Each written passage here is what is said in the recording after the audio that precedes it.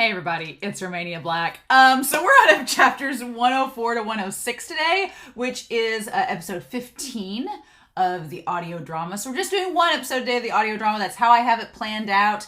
But we're also doing two extras. We're doing the extras of eating watermelon and A-Yuan and his rabbits, which I'm hoping is Wanji putting Yuan into the rabbit pile. That's what I hope. I've ever since that has been talked about and mentioned, I'm like, I want to see that. So yeah, we're going to be watching, or listening to rather, episode 15 of the audio drama, covering chapters 104 to 106. I have gone back and looked since I've recorded this, and the Manhua is up to chapters 228 now. And so I'll be putting pictures of those on my Twitter. There's 4 pictures from that the Manhua is killing it. Chapter 228 of the Manhua, I was like, oh my god, it's so good. But yeah, I'm going to be having that on my Twitter. So if you follow me on Twitter, you guys will be able to see that on there. There's 4 images from that I really, really liked. I'll slowly whittle away the Manhua week to week as we get caught up, but that's probably what I'm going to be doing, is picking my favorite images from the Manhwa and putting them on Twitter, and I think that's probably the most succinct thing to do. But yeah, so when we left off, Sushi was revealed to be the guy that started the 100 Holes curse. The gang's all gathered in Guanyin Temple, and something was happening right there at the end. It seemed like the coffin had been found, I think, that Yao was looking for, and they were getting ready to unearth it completely. But at this point, I have watched the end of the Untamed. And I remember commenting at the end of the Untamed being like, I'm glad I still have the novel yet. Because I now want to see, I've watched the adaptations, and now I want to see how the OG source material concludes. So I feel like it's good that I'm going to be rounding out with the source material. So as far as what's left to do with this series, I'm going to be doing chapters 104 to 106 today. I've got like my sheet of chapters that I've been going through. And then next week, I'm going to be doing episode 16 of the audio drama, which is chapters 106 to 110.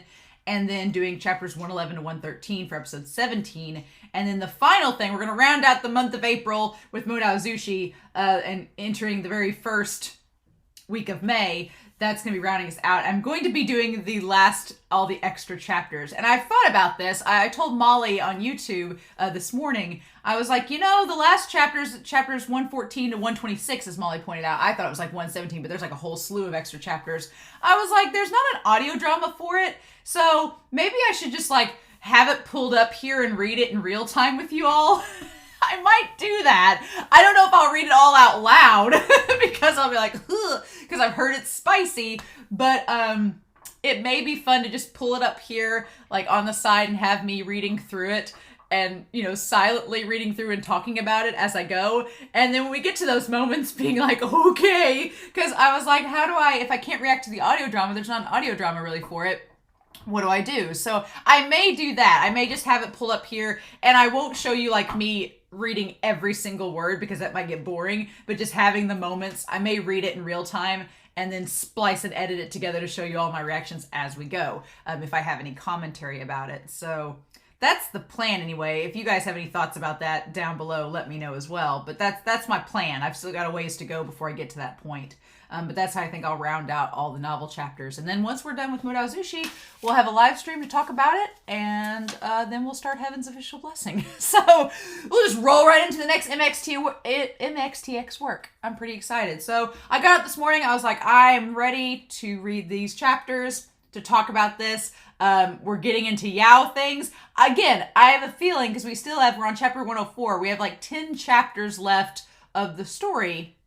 And with these 10 chapters, I feel like there's a lot left unsaid. Like, we haven't gotten all of Yao revealed. We haven't done the Huiseng reveal yet. We haven't done the ending of the story. Like, there's 10 chapters left, and I feel like there's still a lot to talk about. So I'm excited to see how the novel concludes the story and what stuff is included here that was probably left out of the donghua and the Untamed. So that's exciting. But let's not waste any more time. I'm ready to see. This initial reaction is about this episode of the audio drama is like 32 minutes. Seems about right. And then I think the extras together are like 10 extra minutes. So won't be maybe not as long of a reaction, but you know what? The last time I said that, it ended up being almost 2 hours too. So what can we do? But we are going to start this reaction here, and I hope y'all enjoy. But let's start this here in 5, 4, 3, 2, 1, and let's go. Oh yeah, where the ghosts come in. All right. Naked ghosts.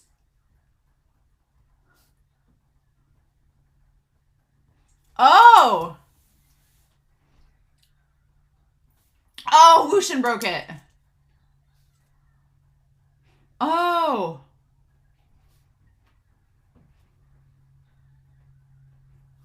Oh. Oh, and a fire. Skimpily dressed. Oh. Oh. They were released from the temple.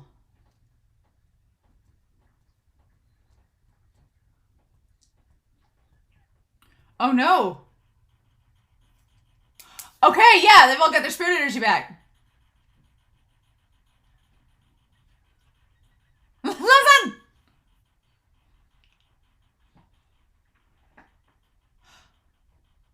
Oh!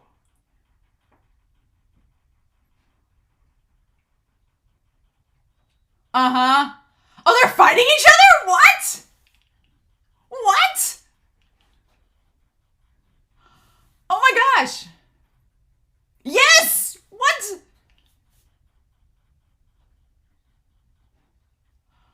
Oh my gosh, I can't believe we're having them fight.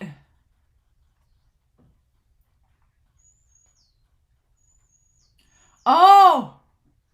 I like Wanji's What?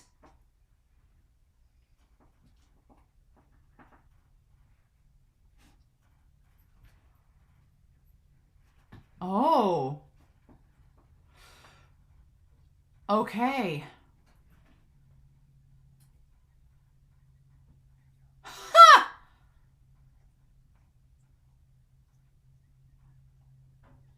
Will you dismiss these things first? Oh. Huh. A little bit laugh, that nervous laugh. Oh, so he didn't know it'd be those female ghosts.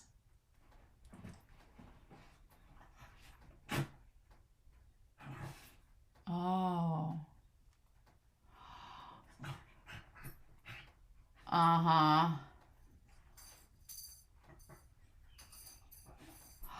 So the one temple was burned down and this was taking its place.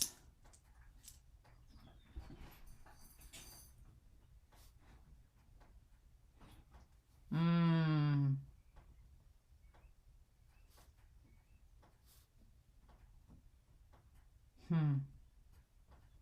This image, though.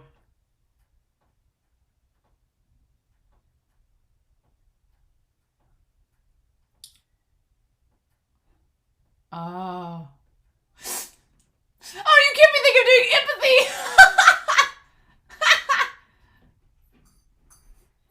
Oh, he is! Okay! Alright! I love Link's like, wait a minute.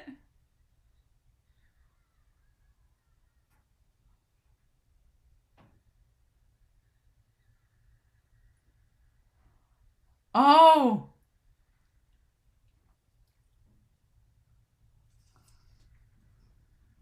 Oh! This image of Yao with the tears and everything, and I don't know if it's Yao or Wushin with the robes undone and the woman. What? What is this? I'm already seeing how this was cut out.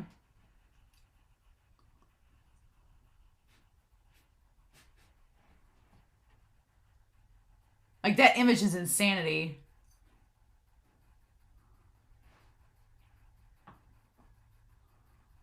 Are these the prostitutes that were with Daddy Jin? That they had kill him?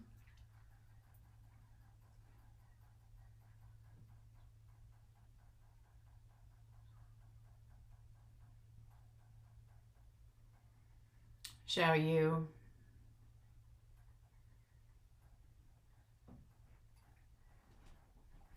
There was a brothel.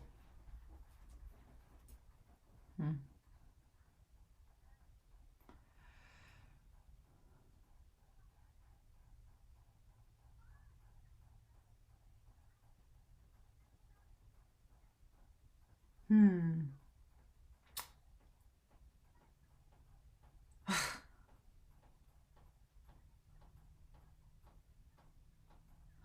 Oh, Yao's mom.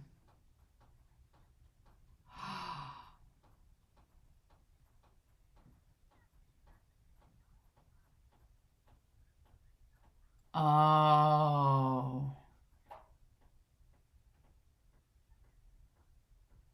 Wow.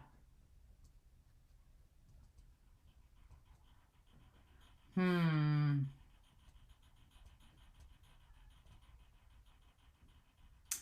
Okay. Huh.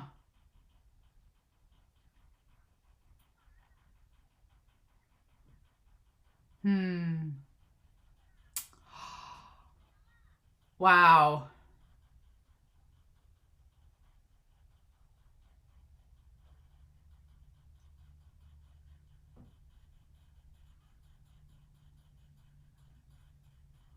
Hmm. This music.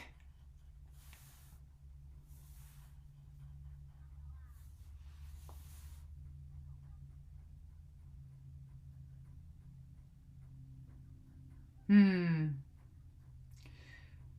Making him study everything.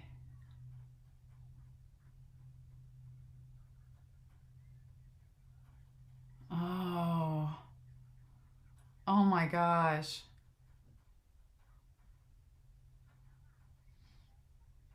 Hmm.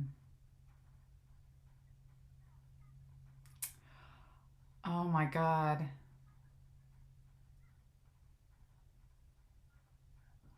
Oh. Oh.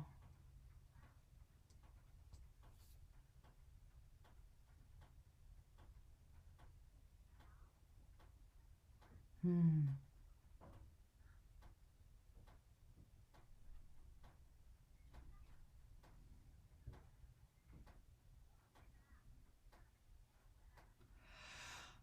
Oh.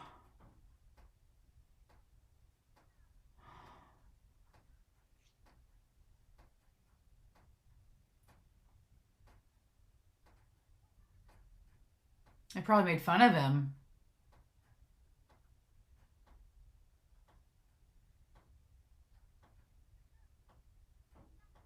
Hmm. Oh.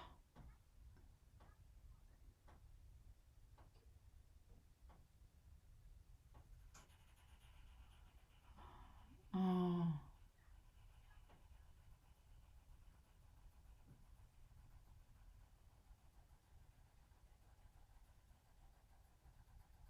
Oh. He's so soft spoken there.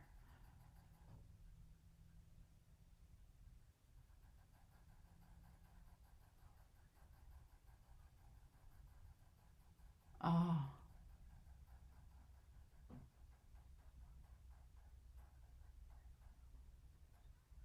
Huh. Oh God, we're gonna talk about this. Oh. She exaggerates. Ha. Mingxi.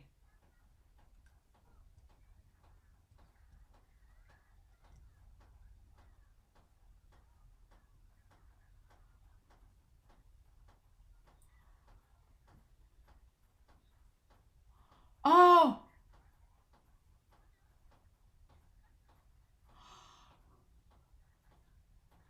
Oh. Oh. Oh. Roll down the stairs again.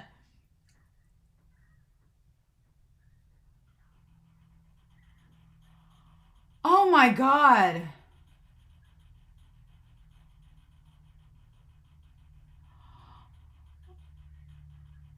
Oh.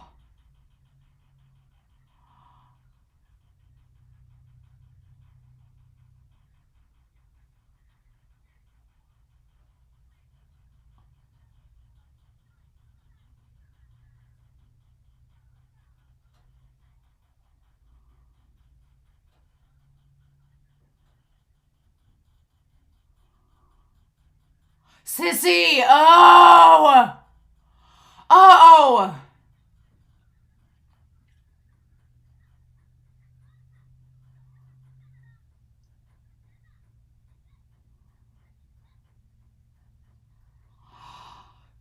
That's why he said. That's why he spared her. She's. Oh my God! She stood up for her. That's why he spared her. Yeah.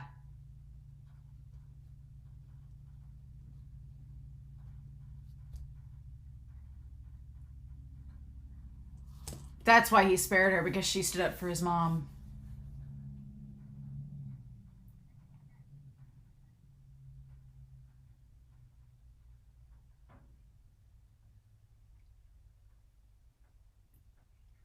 Oh my God.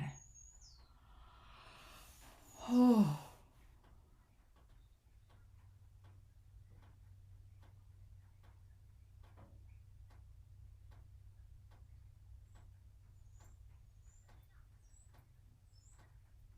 Ha!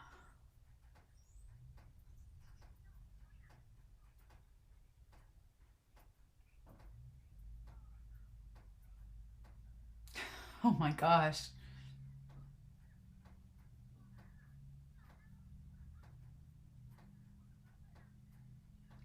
Oh.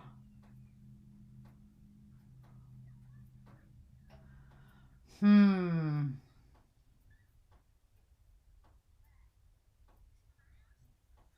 Oh shit! Oh my God! Sissy!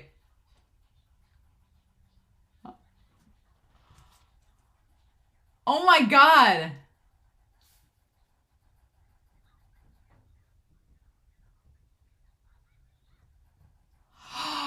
Oh, I'll slice up your face one day.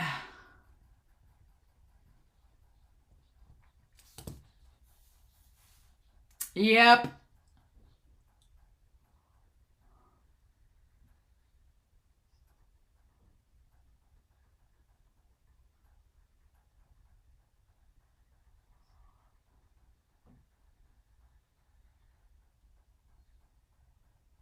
Oh.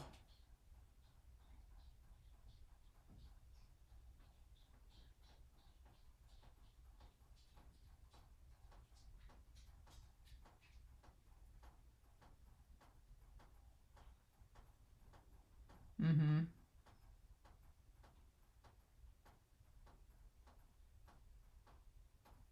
Mm-hmm.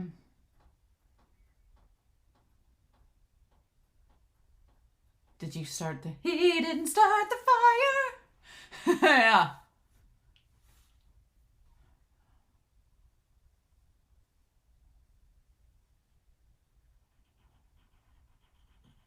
Damn.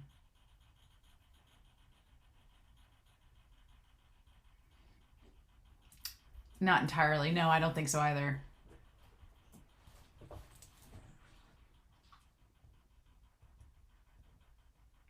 Why? Hmm.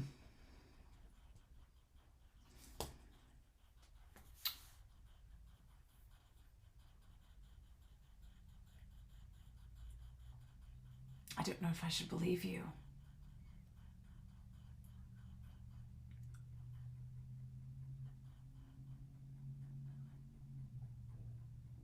Let's fight this out. Let's just fight this out, shall we?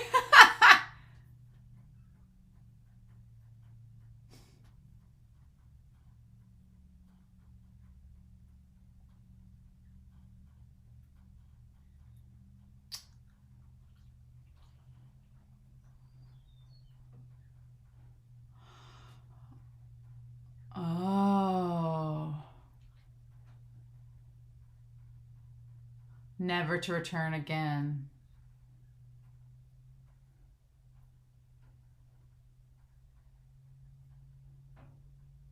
Will you let me live?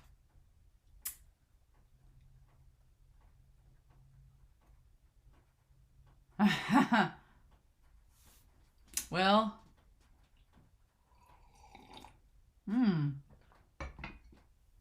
If you say so.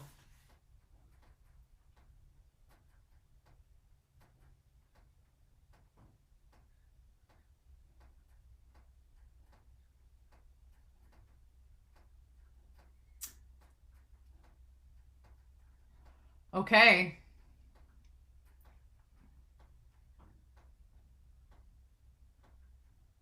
Hmm.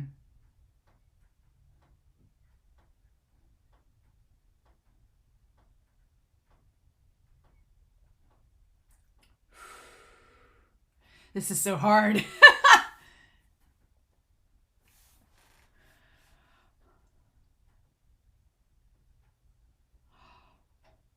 Oh.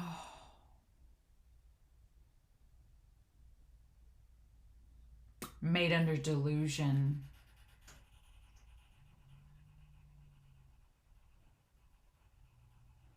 What do you mean, no way out?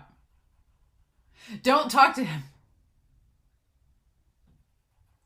And the letter. Blackmail. 7 days. Okay. That's why he acted so rashly and quickly.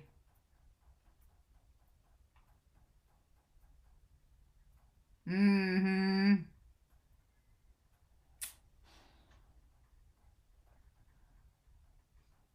Yep, pretty much. Ah.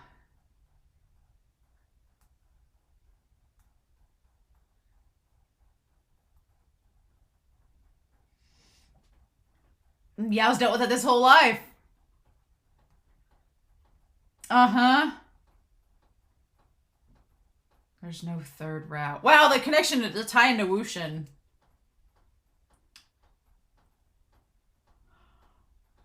Oh.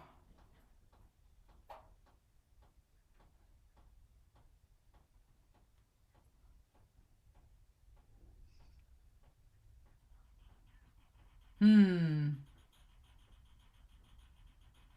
Hmm.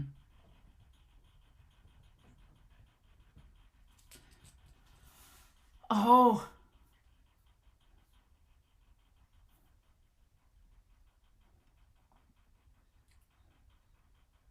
I love this part.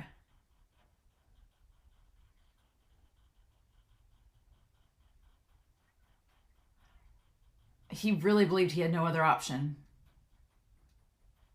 Explain them one by one. Oh. One, she's like, quit talking to him. He's like, no. You underestimate him.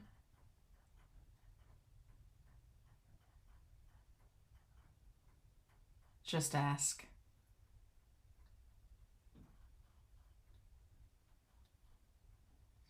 Did you really have him screwed to death?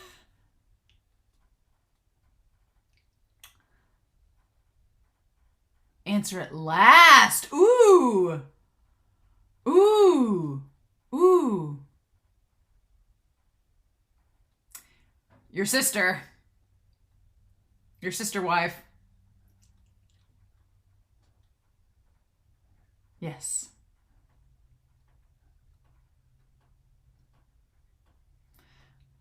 You could have avoided marrying her.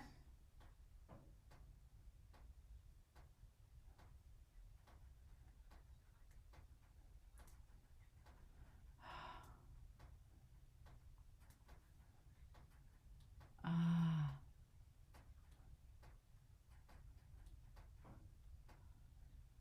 Mm-hmm.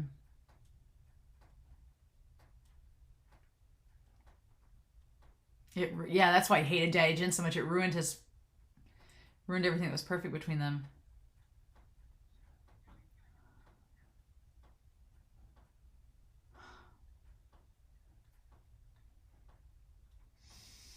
Mm-hmm.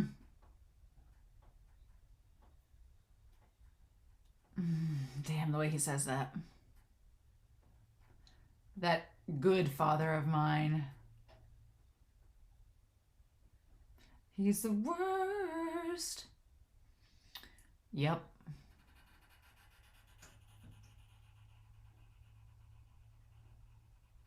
Then it would have exposed everything. Uh-huh.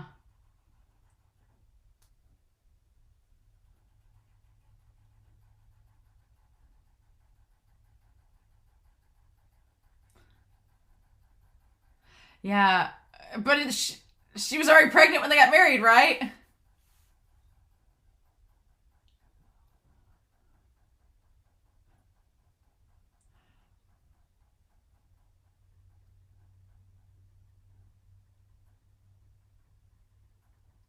Yeah. Yes. Uh huh. Uh huh.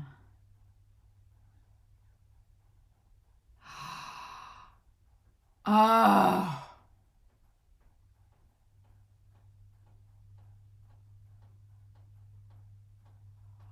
Oh my God.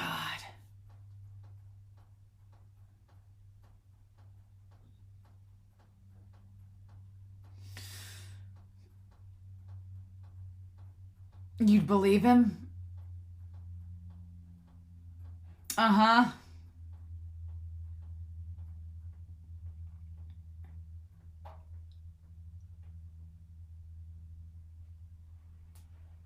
He's so delicate the way he explains this.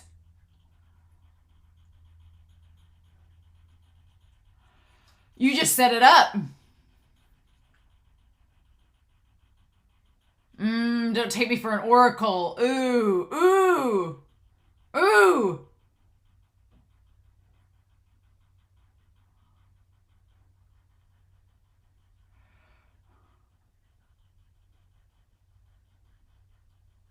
You're contradicting yourself.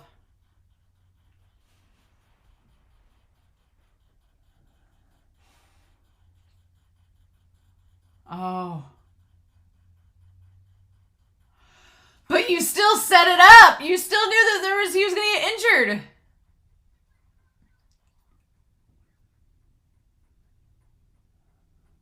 You still set it up.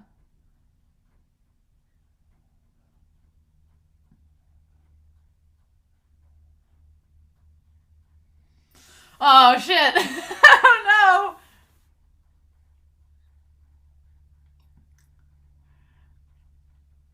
Born on the same day.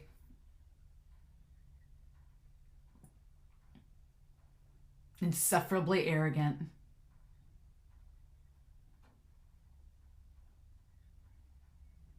Ah, oh, damn.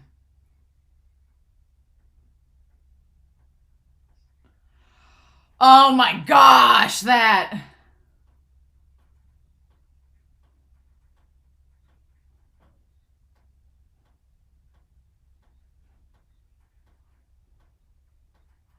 Aha.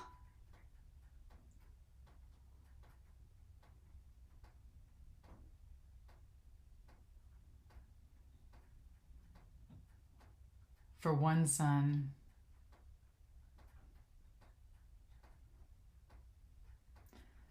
Uh huh. Yep. He could get down a lot of stairs in his lifetime.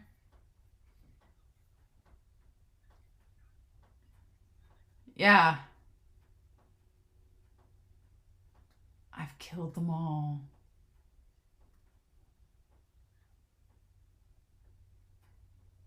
Because he hated them all.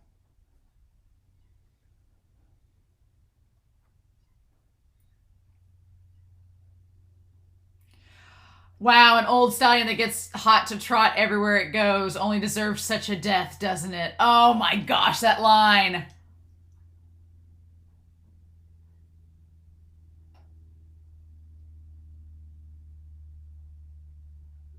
Don't be shocked. I mean, it's Daddy Jin.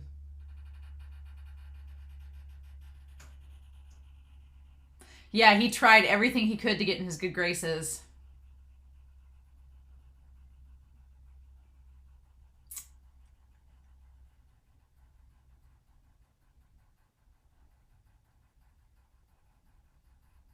Uh huh.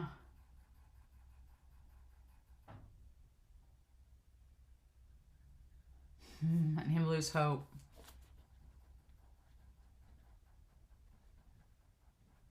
Yeah. We gotta touch Dajin last. Ugh, touch on him. Ugh. No.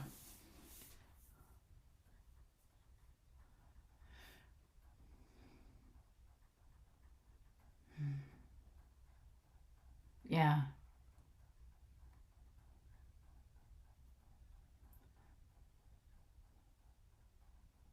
Mm-hmm. Could spend money like water. Yeah.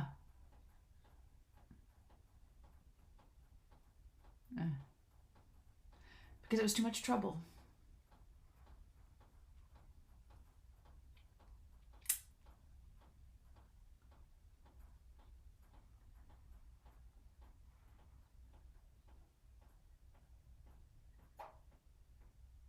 It's troublesome.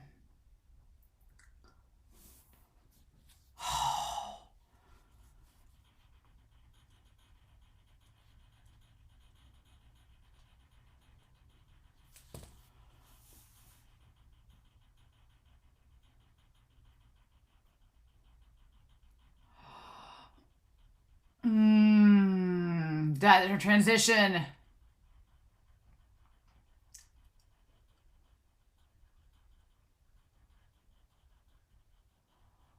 Oh my god, because he's married to Madame Jin too. Wow.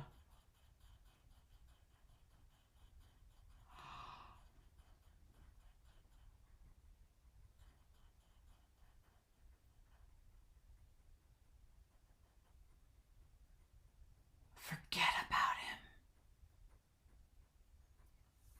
I'm only worth 3 words.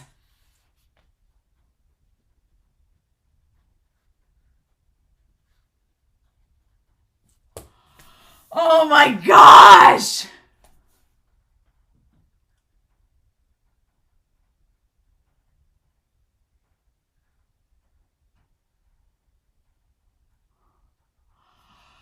Oh my gosh.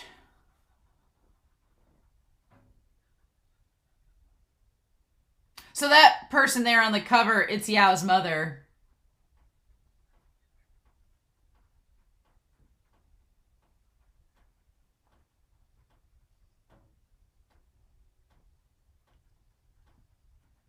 So yeah, it's Yao's mom and Angshin. Or Anjin.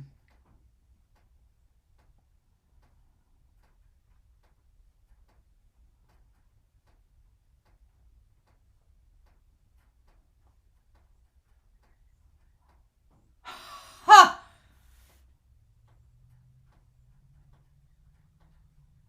Shit! No! Yeah, no! Oh yeah. That's so disgusting.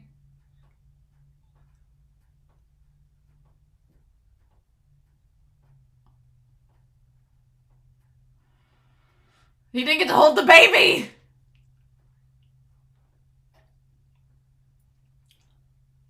The road is vast, but we keep to our separate lanes.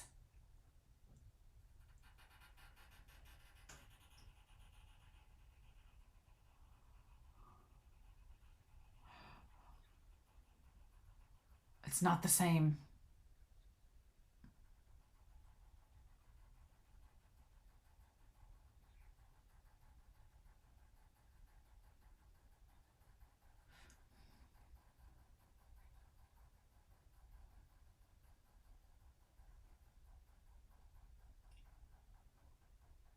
You've lied once again. There won't be a next time. Yeah, that's the big question, isn't it? Ning!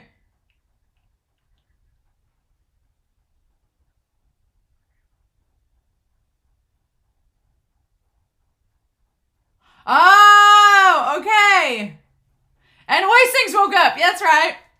Huising's been oddly quiet during this whole thing. I forgot that he was awake at this point. I forgot Huising was still awake. Oh my gosh. That whole thing with the temple and the mom and Sisi, it all makes sense now. Mm-hmm. Damn, I can't wait to read these chapters. Oh my gosh. And we get confirmation that he and Chinsu had they did the deed before marriage. Shotgun wedding indeed. Oh.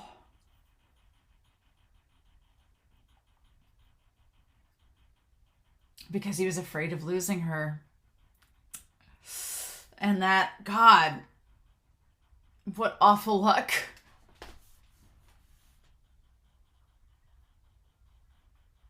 Oh my God.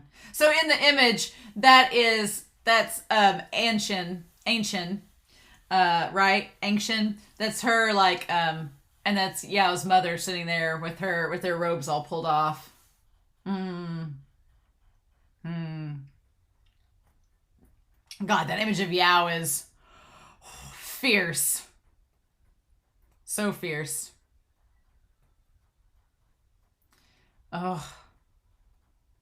All right, let's hear this preview, and then we got those extras to watch before I go read the chapters. I'm really excited to read the chapters now, but I want to hear this preview.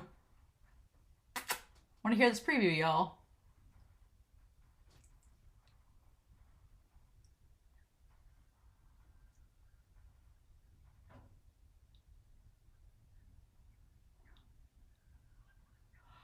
Shit.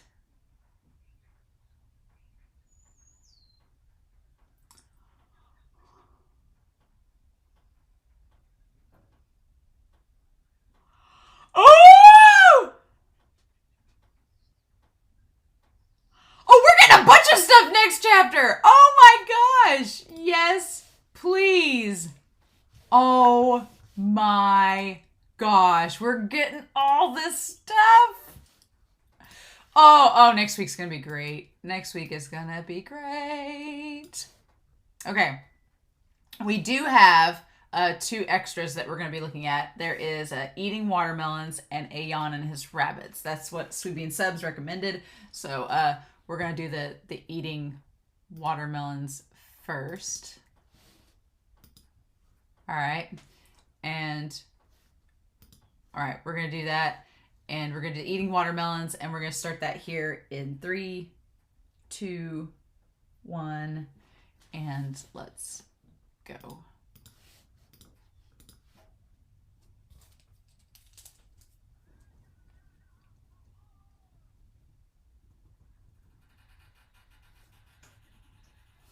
Is this Wushin or is it Yan as a baby? After this last couple chapters, we need some happiness because these last chapters were rough.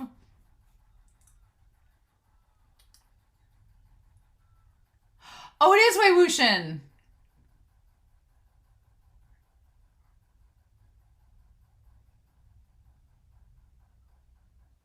Oh.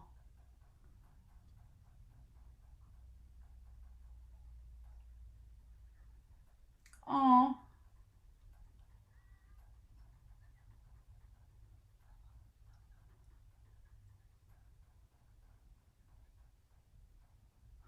Oh. Oh.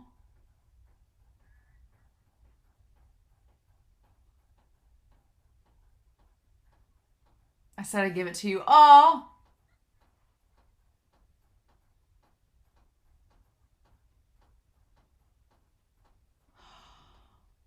Oh. Oh. Oh. Wuxian just not begging for anything.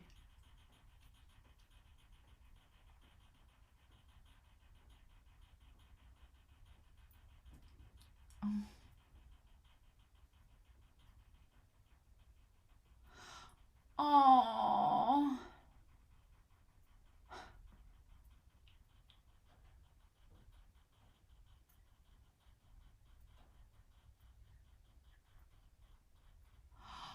Oh. Oh.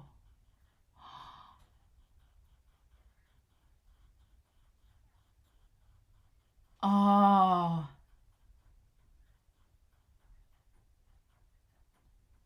Hmm.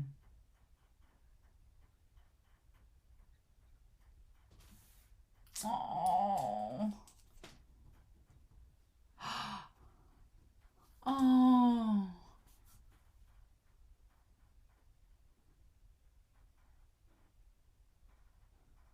Mm.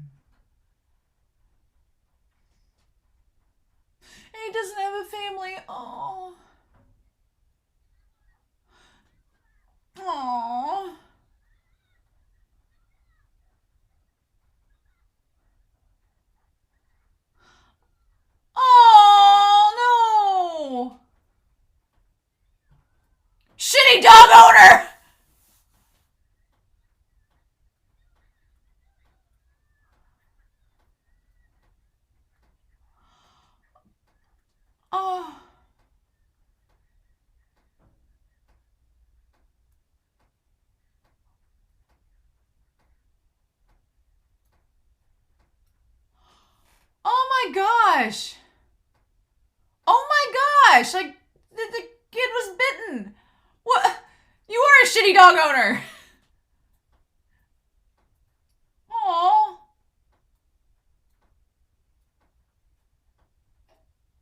Oh, that sniffle.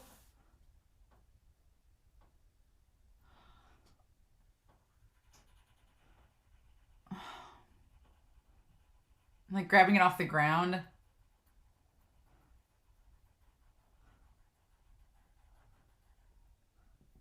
Oh. Oh my gosh.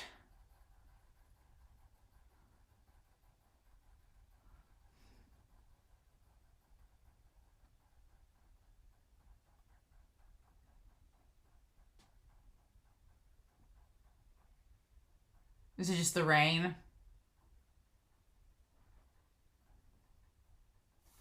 Oh.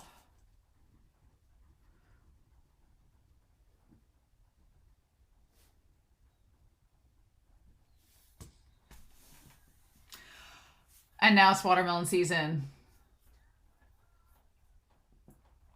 Bless his heart.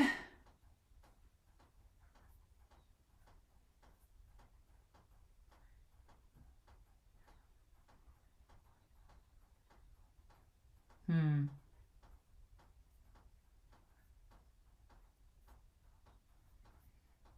Hmm.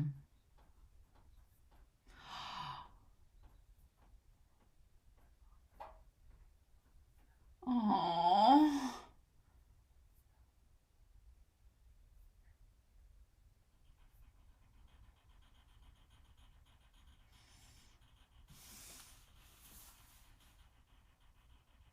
Oh.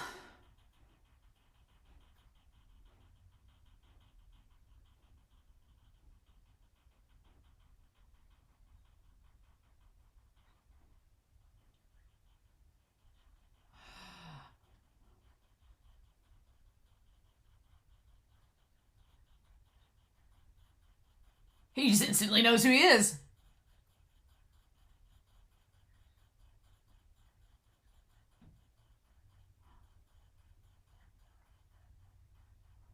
Oh.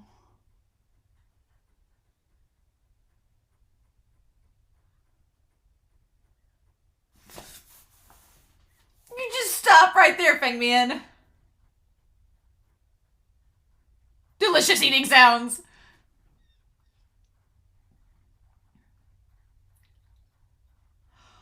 Oh. Oh.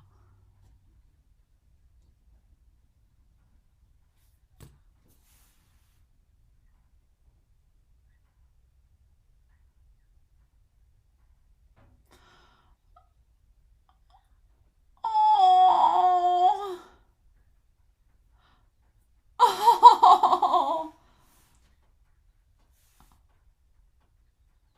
I'm sure you can become good friends.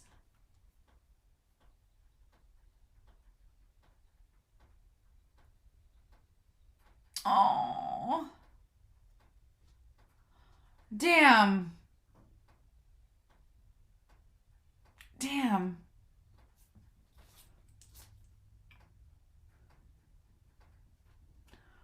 Oh my gosh.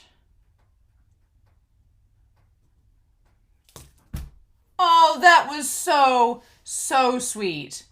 That was ridiculous. That was like a pure shot of sugar that was needed after this crazy set of chapters. And we still have one more. We still have the A-Yuan and his rabbits, which I have a feeling that A-Yuan and the rabbits is going to be another shot of pure serotonin and sugar and saccharin, but we'll see about that. So let's pull that up. Okay. We're gonna start that here in 3, 2, 1, and let's go. Look at Baby Yan! With the bunnies and the carrot! He's in the little land robes! Oh my god! That is the most precious thing in the world.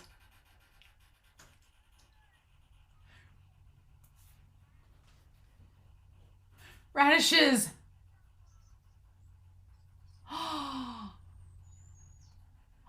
Because they always grew radishes. I like potatoes. Yana's team potatoes. Don't be picky.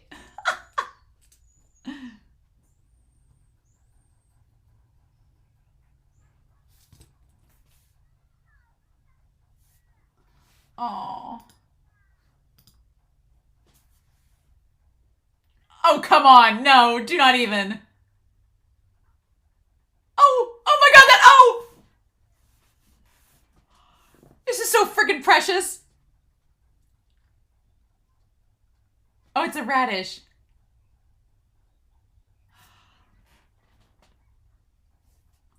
I can't, y'all.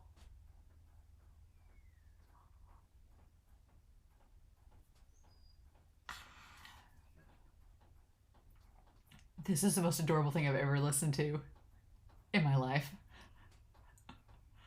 What's this thing on your head?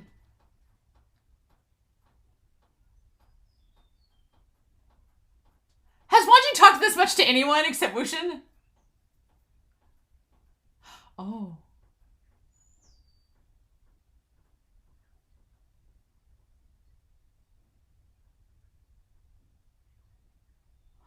Mmm.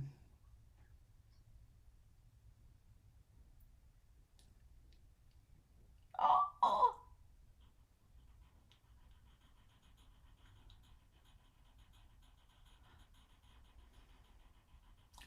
And he sees him with all the rabbits. Oh. He's just a small child! Oh. Oh. Thanks for reminding me about rabbits.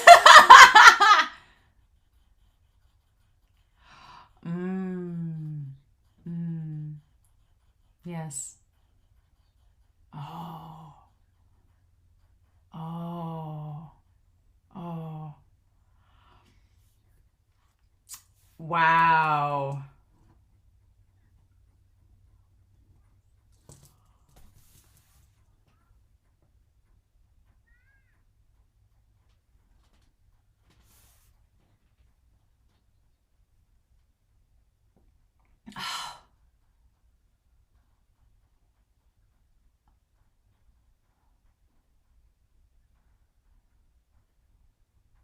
Sishri.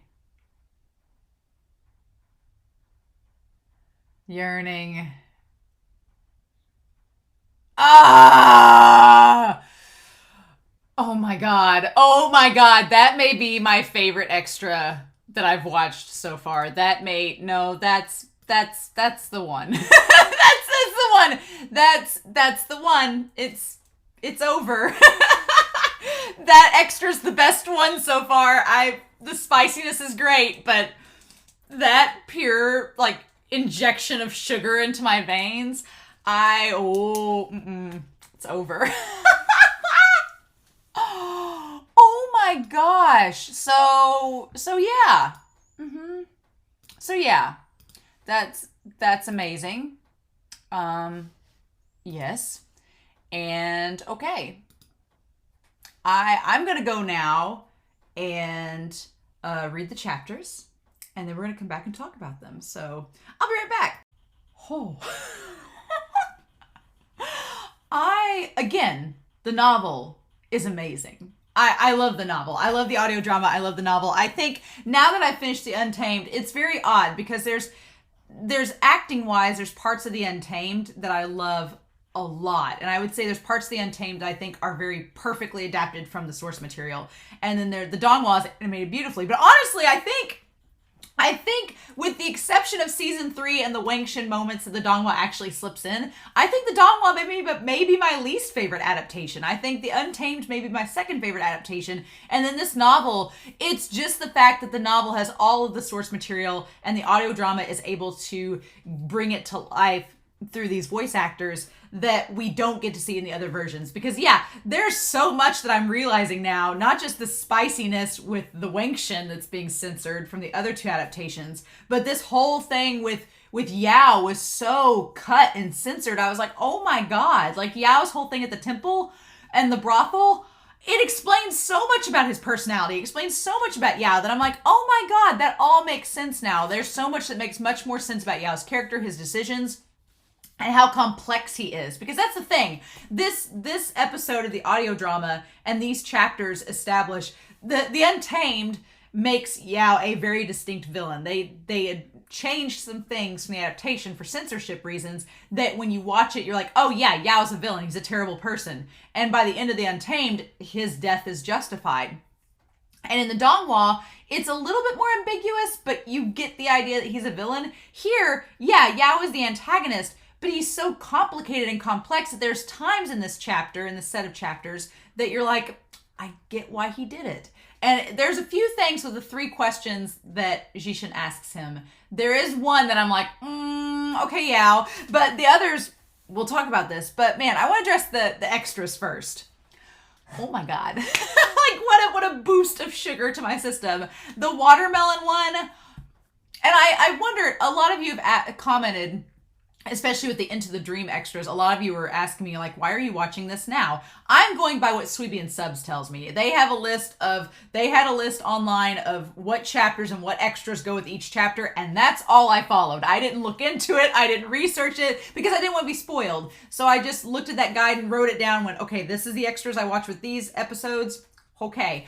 And oddly enough, even though they're all extra chapters at the end of the novel, and some of them are post ending and things like that, but I feel like thematically they were chosen to go with these chapters for reasons. I mean, the rabbit one, I'm assuming the A-Yuan and Rabbits is just, here's the thing, it's the weirdest comparison, but you have both in Wuxin and Wanji's case the idea of a son and a fatherly figure that are not blood related being far better parent and having a far better parent and son relationship than Yao and his biological dad ever had. And I think that that's why they included those extras, because you have Feng Mian taking in Wuxin, a beggar kid off the street, a kid begging for a steamed bun, and seeing the dog attack him. I was like, I like that the subtitles called it shitty dog owner, and at first I was like, why? And then you're like, no, the dog owner was just like, dang it, if that had been a real kid, we could have been in trouble. And I'm like, Wuxin is a real kid, and that dog attacked him, you mean man. But Wuxin being so different than Yao, Wuxin being this kid off the street that he didn't even beg. He just walked around looking at things. People are like, oh, do you want this? He's like, no, I'm fine. And then he's just so selfless, like this selfless little kid. And people take pity on him and give him the stuff. And he's like, okay. And I like that the couple with the kid, they're like, oh, I'm too full. And so they give him the steam bun. They're like, I hope my kid ends up being... There's a little bit of it that Wuxin's a good-looking kid. There's a part of me that's like, would these people have been as nice to Wuxin as a child if he hadn't been good looking? There is a little bit, it's a commentary on society, right? It's a commentary that these people, if Wuxin hadn't been as good looking, they probably wouldn't have gave him any food. But they comment on him being good looking, but also these smiles. It's Wuxin's attitude that they primarily focus on to give him the food, but him being good looking doesn't hurt, right? But the point is that Feng Mian, he's been looking for him. Feng Mian's like, you're the son of my subordinate. I want to take you in, like get you off the street. And it's such a contrast. You have Feng Mian finding this beggar kid on the street with nothing to his name that has no ties to anything except his subordinate's name. And he takes him and adopts him and brings him home. And then you have Daddy Jin, who has a legitimate biological son, Yao, and should take him in, because it's his fault that Yao exists, right? But he doesn't do it. He doesn't care at all. It's such a contrast. And yeah, we see Feng Mian bringing Wuxin into the fold, like what that did to his relationship with Madame Yu. And that's a very funny comparison because Madame Yu and Madame Jin were very good friends. And so you have these two women whose husbands, it's funny because you have these two women. Feng Mian did not commit infidelity. Feng Mian was, loyal to his wife, but he took Wuxin in out of compassion and for his friend and wanting to like see his friend's kid through. And you could argue that Feng Mian did like Wuxin's mom, but at the end of the day, he's not Wuxin's dad. So he just was compassionate and took him in. And that caused this strife between Madame Yu and Feng Mian. Whereas you have Daddy Jin, who committed infidelity. He had a relationship with Ming Shi, had Yao, but won't take Yao in. And part of it we've talked about is for fear that he didn't want to upset Madame Jin, which it's like, you're the one that's going to these brothels. It's your fault. But it's such an interesting comparison between the dynamic of Feng Mian and Wuxin, who are not biologically related, but have this father-son dynamic develop. And then Daddy Jin and Yao, who are biologically related, but there is no father-son dynamic. And then you compare that to A-Yuan and Rabbits, the most sugary, best extra we've had so far. I freaking... The voice actor for Yan, oh, he's so cute. He's so cute. But you have, again, a father-son relationship that develops. You have Wanji. Wanji in this extra is the sweetest. Like, it's like, you're just such a good dad, Wanji. Like sitting in with the rabbits and the radish and just talking to him. And it's so cute because Wanji talks to Yan like he's an adult. Like, you know, he's explaining the forehead ribbon. I'm like, Wanji, this kid's 2. He doesn't understand regulation. Yan does not know what the word regulation means. But he explains it to him like he's an adult. Like you should. Like, you should treat kids. Don't treat kids like they're dumb. Kids aren't stupid. They get things. But I just love that Wanji talks to him like a perfect adult. And he's like, no, this is regulation. You can't have it one day. And Yan's just sitting there like, radishes. Because he's 2, you know. But it's that dynamic. It's this father-son relationship that develops between Wanji and Yan. And it's 1,000 times better than Yao and his actual biological dad. So I'm convinced that they threw these 2 extras in here to just show the very tragic contrast of a father-son dynamic and then these 2 kind of surrogate pseudo-father-son dynamics. It's amazing. And I love Jishin at the end of the rabbit thing. He's like, Wanji, rabbits look nice, but they could claw this kid's face off if they get stressed. Maybe you should stick him in the pile of rabbits. And Wanji's like, oh yeah. It's the best thing. This may be my favorite extra. A-Yuan and Rabbits may be my favorite so far. But God, this set of chapters, oh my gosh, it's amazing. So good. It's so good. So we cut through and I wrote a few notes. Like on one side, I wrote the notes from the audio drama and then these are the novel notes. So I really just, at this point, I've given up on taking notes during the audio drama because I'm trying to focus on, because at this point, I don't know what's going to happen. It's all new, especially this whole section. There were parts that I watched in the Untamed that were adapted, but then there's a lot of this that I was like, oh, this was not in the Untamed or the donghua. There were not naked ghoul women floating around. We'll talk about that. But at this point, I'm like, I'm just going to listen to the audio drama and read the subtitles and then go back to the novel and take all the notes so Sushi tries to defend Yao, gets his sword snapped by Wanji, and gets his whole arm and everything severed. They kind of showed that in the Untamed. And then I like that both Wanji and Jishin restrict Yao, and they all have their spirit energy back. It's all there. In the audio drama, they restrict Yao's spiritual energy, and I think that happens in the novel. I may have skimmed that. And then, so Wuxin knew there was probably some spiritual presence because there was an array. He's like, let me break the array and get the spiritual stuff being suppressed to come out from underneath. And it was not Mingzhu. It was the spirit of all of the prostitutes that were killed when the temple burned down, including the one that Wuxin does empathy with. And so, interestingly enough, I like that Wuxin's like, I just summoned these ghosts to make the situation chaotic. Didn't know they'd be naked ghouls. Didn't know they'd be naked girls. Sorry. Because everybody has such like a very different reaction. Jishin is like, can you dispel these naked women? Like Jishin is very chaste about it. Chang has a dark expression. Ling is just like, oh my god, my teenage self seeing all these naked women. What's happening? And then Wanji just glances once at them and is like, there was a fire involved. Like, Wanji is so... If you didn't need any hint that Wanji's gay, he has no interest in these ghouls. Jishin and Chang might be bisexual. Ling is probably straight, but Wanji is totally gay. He's like, like, not affected at all by these women. He just looks over at Wuxin. And I like that in the novel, Wuxin's like, I'm sorry. I don't want to embarrass you, Wanji. I brought these ghosts. Didn't know they'd be naked ladies. Sorry about that. And in the novel, they're like moaning and doing all these like horrible, inappropriate things, and everybody's uncomfortable. And Yao's just like, what do we do? And then Wuxin does empathy on one of the ghouls because he asks Yao, he's like, you want to explain? And Yao, like it said his knuckles were white. He's like, doesn't want to talk about it. And Wuxin's like, well, fine, you don't have to tell me. I'll figure out for myself. And I like that in the audio drama, not in the novel, but in the audio drama, Ling's like, are you really going to have one of them naked girls?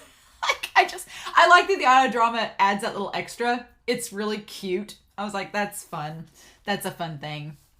But we get to know about Mingxi and Sisi. And Sisi, it makes all the sense now why she was spared. She was the only one that stuck up for Yao's mom.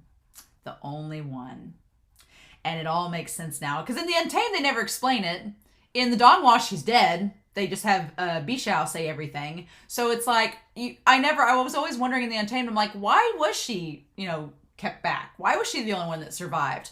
And now we know. It's because she was the only one that was nice to Yao's mom. But Mingxi is so interesting. She wanted out. She wanted out from being a prostitute. She was in her 20s. And it's really disgusting, the fact that they're like, oh, she's in her 20s. She's going to be too old soon. I'm like, the fact that these girls were like prostituting themselves when they were teenagers. Fun times. Nice. Not really. But Mingxi wanted out. And so she chose, when she got with Daddy Jin, she was like, oh, I'll just have his kid. He'll take us in. And that'll be, and the way that Anshin, I think that's how her name is said, Anshin, she phrases it as she was using Yao as a meal ticket. And I don't think that's the case. I think that she may have initially had Yao out of desperation, wanting to get out of the situation she was in. And maybe in the beginning when she first had Yao, he was like a meal ticket out. But the fact that she not only kept him for 14 years at this point in the flashback, but also trained him and taught him books and calligraphy and everything else. Like, she took pride in her son. She's like, he's the son of a very powerful cultivator, and I'm going to teach him how to be a cultivator too, so he can go out. It's like she wanted him to have a better life. And she taught him all these things so he could have a better life. And that's really admirable. The thing that sucks in this world is that society in the Modao Zushi world, they're like, oh, he's just the son of a whore. He'll never amount to anything no matter what he learns. That's the sad thing, is that she teaches him all these things and he's smart and capable. But because of the way that society is structured in this world, he's not benefiting from it at all. If anything, it's just making things worse. Because we established, it's Daddy Jin is like Modao Zushi Gaston, where he's like, soon as she'll get ideas, a woman reading, soon as she'll get ideas and start thinking things. It's like, but yeah, nothing. I like this line from Anshin that says, nothing is cherished that isn't rare. And that's such a line to tie to Daddy Jin, because he's like, he had all these bastard children, so they weren't special in any way. So Mingxi trying to raise Yao up to be special, it's almost like the other prostitutes taking pity on her, being like, you think that he's going to care about Yao more than any of his other bastard kids? No. It's like, But society rejected Yao. She taught Yao to be able to stand up on his own 2 feet, and society rejected him. So in a sense, as this story is going on, you kind of see Yao's mentality of him being like, when he says he had no choice, you see part of that in that Yao's like, society would not let me become anything more, but I wanted to become more. So this was the only way I could do it. Do I just sit there and accept my fate as the son of a whore, or do I try to work my way up? And for Yao, he chose the latter and accepted the consequences of it. And you got to kind of admire Yao in a way of saying like, oh yeah, you wanted to make yourself better and you wanted to prove to your father that you were worthy of his love. I can't fault Yao for that, but we'll talk about things we can fault Yao for later on. But there's a sense of knowing why Yao did the things that he did. And even if you don't agree with them, it makes sense. So it's crazy. But yeah, then we have Yao talking about the letter. And we'll get to the letter. I put on here Zhao. Anshin calls Yao. She says Zhao Yao. She calls him that. And in the translation, it talks about how Zhao, when you put it in front of someone's name, it means little. And the novel makes a point to note that if they're a child, it's very cute. It's like, oh, Zhao, Zhao Yao, like they're a kid. But if they're an adult, it's demeaning and demoralizing. And Yao is kind of in that, he's 14 years old in this empathy flashback. So he's kind of like right there, like riding the line. Like it could maybe still be seen as her being cute towards him and like a little gesture, or it's starting to be patronizing. Like she's getting to the point where like she's still calling him little Yao, but he's 14. So, and assuming these women are very young in the brothels, it's kind of like he's more of a peer to them. So it's probably more patronizing. It's like, she's mocking him just a little bit. But then in the audio drama, she's just kind of a brat. Anshin is just kind of a brat. She's just like trash talking Yao and his mom and everything. But she never really gets violent with Yao or like super harsh with him. But in the novel, when he won't answer the question about boarding school, which we can assume that stuff at boarding school isn't working out for reasons we're seeing in this temple scene, in this brothel scene, when he doesn't give her an answer, she takes her nail, and I like that it says she has the red nail, and she takes it and presses it on his forehead. In the novel, she presses so hard that it draws blood. And it draws blood. And that's pretty hard. Like, I'm pressing hard right now, and it hurts, and it's not even doing anything with the nail, but, like, she presses so hard that it draws a drop of blood. And I love that the novel shows it looked like a vermilion spot on his forehead. Oh, MXTX, that symbolism. Ooh, I love it. I love it. I love it. I love it. But yeah, the red dot appeared, and then she dismisses him and throws him the fruit, and he doesn't catch it, and she just mocks him. It's like, man. And so that's when we have Mingxi come in the scene, and her and the patron that's not happy with her. And Yao tries to help his mom because it's his mom, and he gets kicked down the flight of stairs. And Wuxian notices, I'm glad Wuxian calls this out, that it's the third time that Yao's been kicked down a flight of stairs in this series. He got kicked down when he first went to go see his father. He got kicked down by Mingzhu, and he got kicked down here the first time around. And third time's a charm, right? And we don't know if that's the only times he's been kicked downstairs, but this is the first, right, that we know of, that he was kicked down the flight of stairs. And then the mom is, like, the man strips the mom and kicks her out into the street. And it's so sad. The novel talks about how she can't move because if she moves, it's going to expose herself even more. And so she just sits there out in the rain, like, doesn't move. And maybe it's not raining, but she sits out there at night in front of all these people, like, just embarrassed. And then Sisi comes in. She has the robe. And I like how they described that the robe was pretty thin to begin with, but it's all she had. And so she goes out there, throws the robe around Mingxi, and she tells all the other patrons, she's like, if you're gonna sit down and watch a show, you're gonna pay up. And that gets them to leave. Right? But Sisi, like, she kind of, gets on to Mingxi, being like, what are you doing? You can't keep doing this. Stop. And then Anshin being, a brat, like she is, she says that it's all very unfortunate that's happened to Mingxi, but she says that, yeah, Mingxi's lost her looks by having a child. She's like, well, why'd she have a kid? Your body changes after you have a kid, and you're not as pretty as you were before, and it's like... But then she says that that's not really the problem. It's not the fact that her body's changed from having this kid, because that was 14 years ago. That's been a while. But it's the fact that she's been book smart. She's been reading and becoming educated. And for a woman in a brothel, Anshin says, like, that's not good. Like, your patrons aren't here to hear you read to them. They're here for other reasons. She's like, we all have a job here, and you becoming educated and taking pride in it is just the reason why this is happening to you. So Anshin's like, well, it's because you're doing this to yourself. It's not, it's your own fault. And it's like, oh my God. And I love that Sisi just slaps the shit out of her. She's just like, shut up. Quit trash talking her, you brat. It's so satisfying. The more we get into Sisi's character, the more I love her. I'm like, yes, queen. Like, coming in here, just running this show and just showing Anshin what's up. And then it explains later why Yao burnt the temple down. And you can connect it back to Daddy Jin's death, to everything. The temple was just eventually burnt down, and the Guanyin temple was built over it. And so we get out of empathy, and everybody's like, what'd you see, Wuxian? And Wuxian's like, I need to quit doing this because I've seen too much stuff. But Jishin's like, I don't trust you. Like, how can I trust you at this point? Like, you've done all these contradictory things. You've lied. You've not told the truth. You've been vague. What am I supposed to believe? And Yao just apologizes to him. And I do think Yao's apology was sincere. I do. I think Yao's like, Jishin, because later on, I'm assuming it's going to be next episode. Oh my God. But later on, Yao is like, I've never done anything bad towards you. Ever. I've done bad things to everyone else, but you I've always been genuine to. And it's like, oh.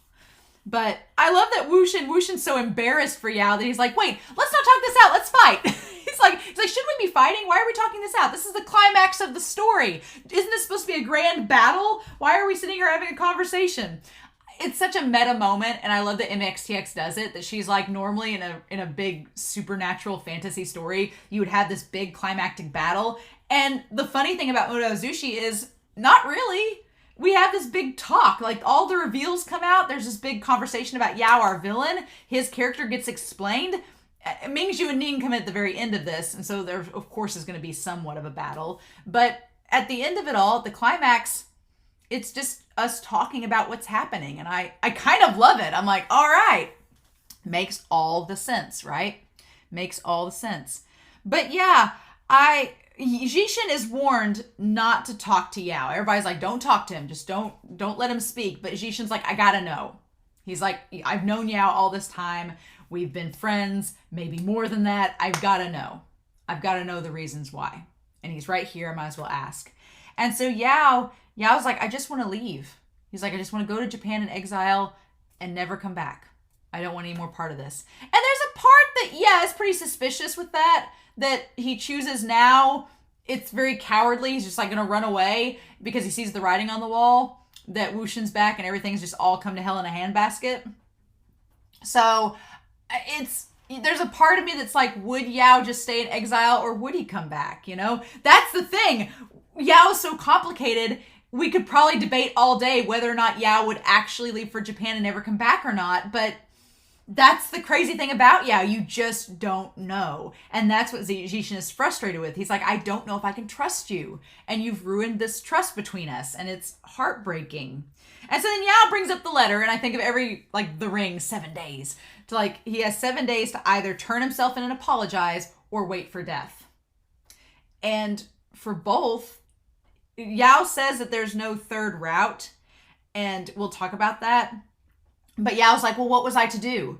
If he's like, I'm the sect leader of all the cultivation clans, do I just wait for my name to be dragged through the mud and for me to be like loathed and embarrassed? Like, Yao's grown up with that his whole life. He's like, I know what that feels like. He's like, I've clawed my way up to this position to get away from that feeling. And now that I've made it to the top, you mean to tell me the rug's going to be pulled out from under me and I'm going to fall down the stairs again and go back to the bottom of the ladder? He's like, I can't have that happen. And he's like, or do I just wait for death? I can't have that happen because Yao values his life like anyone would. So he's like, what choice do I have? I've got to fight then. And he's like, it was all going to plan until Wushin and Wanji showed up, and then, which, knowing what we know now about Huiseng, was intentional. It was meant to throw Yao into this spiral and lead him to this point. It's absolutely brilliant. But Yao is like, I'd never had a choice. It was always my life that I valued the most. And Jishin is just like, and it's such an interesting callback and tie into Wushin, where Yao and Wushin both are like, we have no choice. There is no third option. And it's a funny parallel to Wushin telling Wanji, be like, okay, Wanji, you tell me, how can I do these things and still save the people that I want to? And Wanji's like, and he's like, you're right, there is no third option. And Yao telling Jishin, Wanji's brother, being like, how do I save myself and also prevent myself from being dragged through the mud unless I do X, Y, and Z? There is no other option. It's just funny that Yao, with him, the lack of a third option is relating to him saving himself. And for Wushin, the lack of a third option is because Wushin's trying to save others. So that's a big distinction between our protagonist and our antagonist, is that one values themselves above all else, which isn't necessarily a bad thing. It just comes at the expense, and we'll talk about this, the expense of other people dying. That's the problem. And then with Wushin, it's valuing others over themselves. It's that selfless versus selfish attitude. And so then, so we have the 3 questions that Jishin asks, and the third one is saved for last. Daddy Jin is saved for last. But they talk about Chinsu. And Shinsu makes all the sense now. The idea that Yao is like, and Yao cries. He's like, I loved her. He's like, I loved her. Things were going perfect. He's like, I had my life sorted out. I finally had found meaning in life. I found a woman that loved me for who I was and accepted me. And what happened? My dad messed it all up because we found out that she was his daughter by him raping her mom. And he's like, what do I do? He's like, do I drag her name through the mud? Do I do that? Do I expose that my father had this affair with his subordinate that he'd trusted for years and they'd been best friends, that he had an affair with his wife?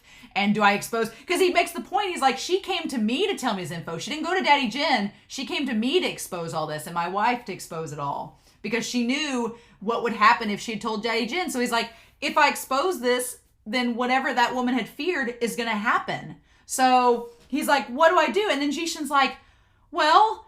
okay, so you had to marry her, but you didn't have to have a kid.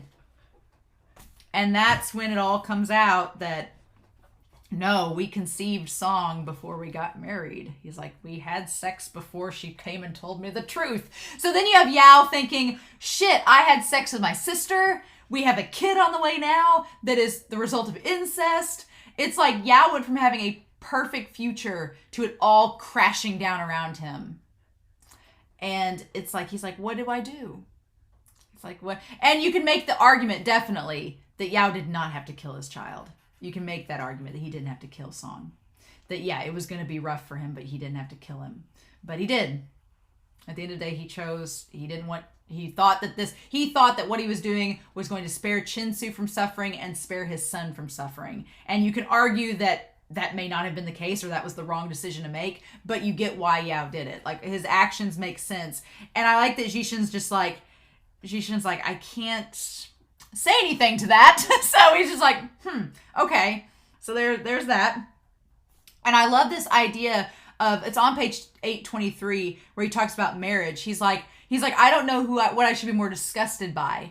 The fact that I have a father who's the worst father of all time, or the fact that I can't be a father because I'm worried about what other people think. It's like, because it's like Daddy Jin didn't care what anybody thought. He just did whatever he wanted to, and he was the clan leader, so he just was fine with, he's like, nobody's going to stop me. And Yao's like, I have to do these unspeakable things because I am worried about what people think and what they're going to say. And it's like, it's wild. So I get Yao's dilemma with Chinsu and Song. I do. I don't agree with him killing Song at all, but I understand his reasoning.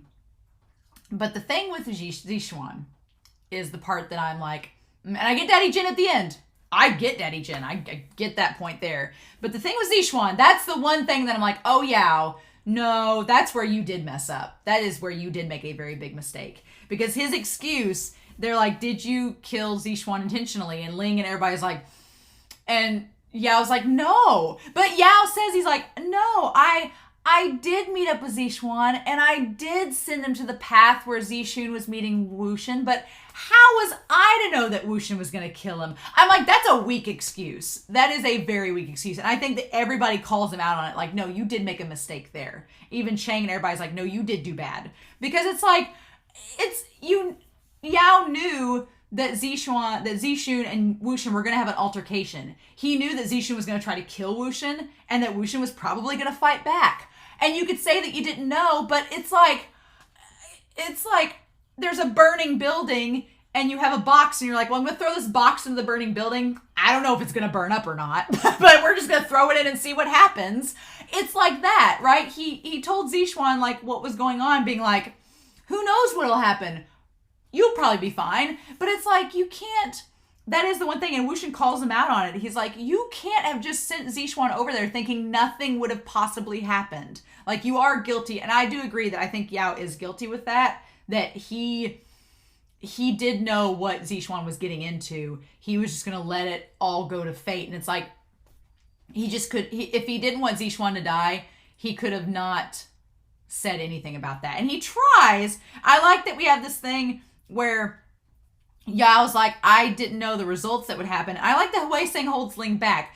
It's funny because Hui Sang holds Ling back, but then later when Yao does the string around Ling, Hui Sang doesn't stop him. So I'm guessing what I assume happened is that Hui Sang held Ling back and then he let off and was like, okay, we're all good now. And that's when Yao did the thing around Ling. But the thing that makes it more, like, Yao tries to pass it off as well. Like, he tries to give an excuse to Ling, because Ling's like, how could you do this? Like, my uncle, how could you send my father to die?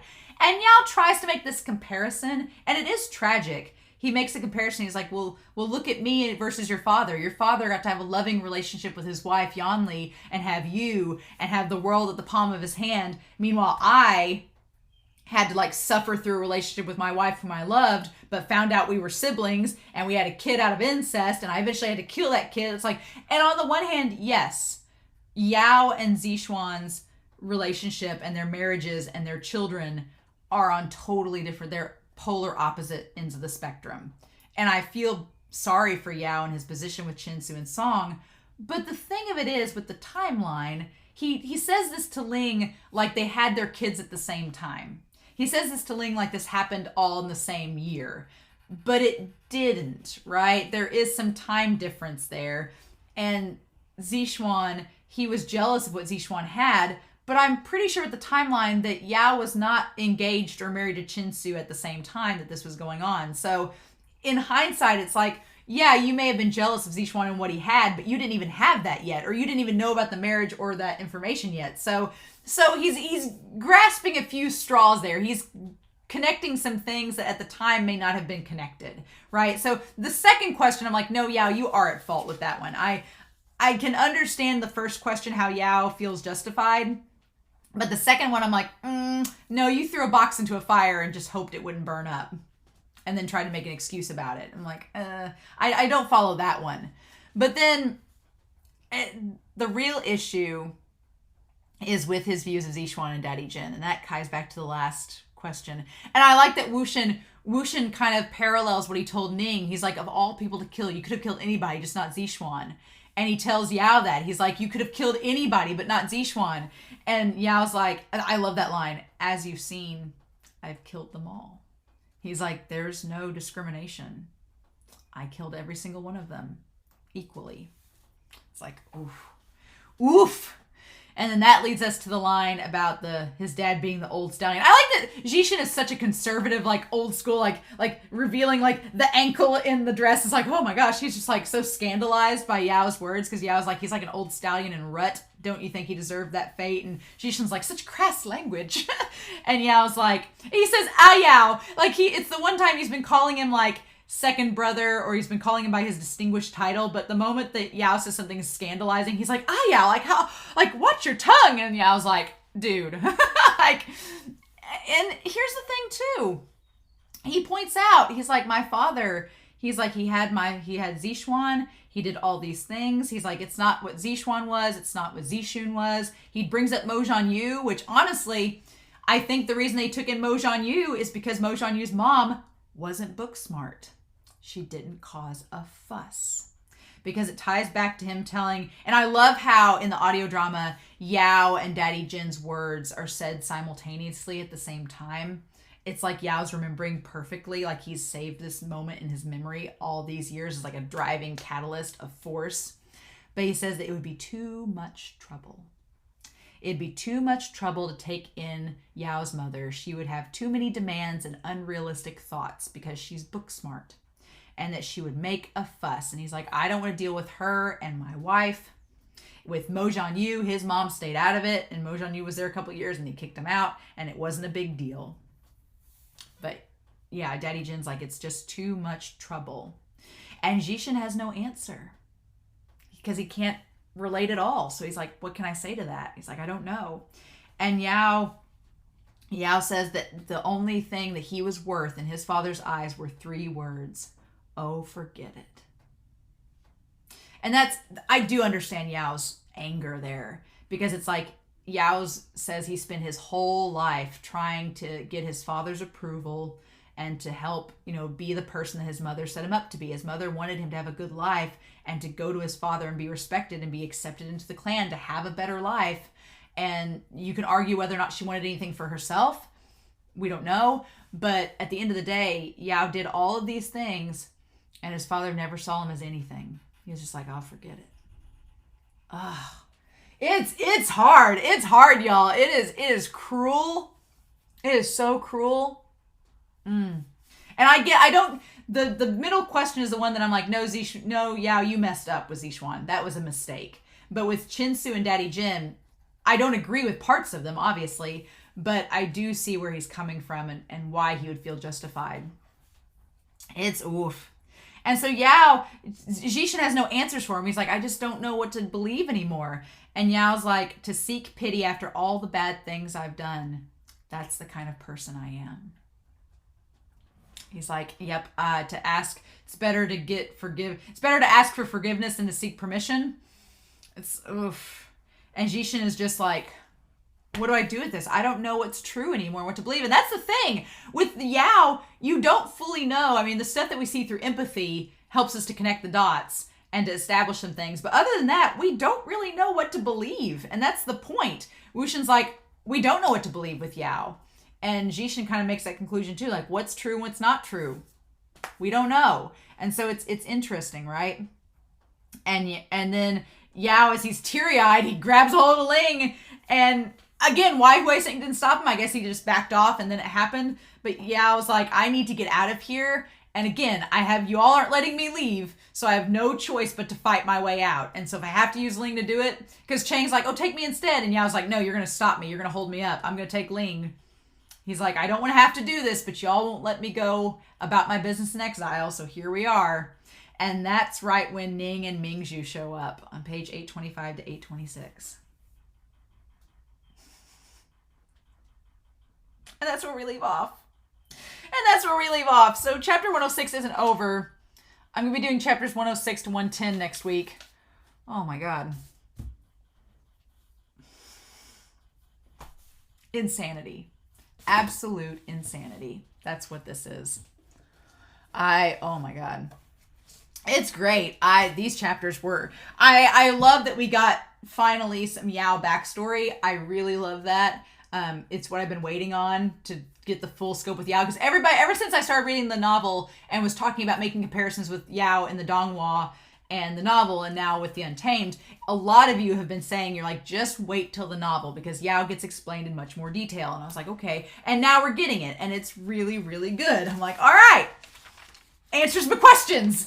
And so, yeah, it's just, Yao is such a fascinating and complicated antagonist. I really love him in this series, because there's parts of his reasoning that you can instantly understand and relate to and be like, nope, makes sense why you did it. And then there's parts of him that you're like, that was a bad decision. So, and a lot of people say with antagonists, it's really characters that they don't think they're necessarily doing something wrong. They either think they don't have a choice or it's the right thing to do. And it's just, it affects people in such negative ways. Damn. So this was great. I loved this. This was an awesome set of chapters, and the extras were chef's kiss on the extras. I'm so curious to know your thoughts down below. We've got 106 to 110 next week, and then 111 to 113. We're getting down to the nitty gritty. We still got 8 chapters to go, and then all the extras. So who knows? But I'm really excited, y'all. I hope you all are too. So in the meantime, I hope you all have a wonderful week. Please stay safe. Take care. And yeah, I'll be back next week with chapters 106 to 110 and episode 16 of the audio drama of Mo Dao Zushi. Bye.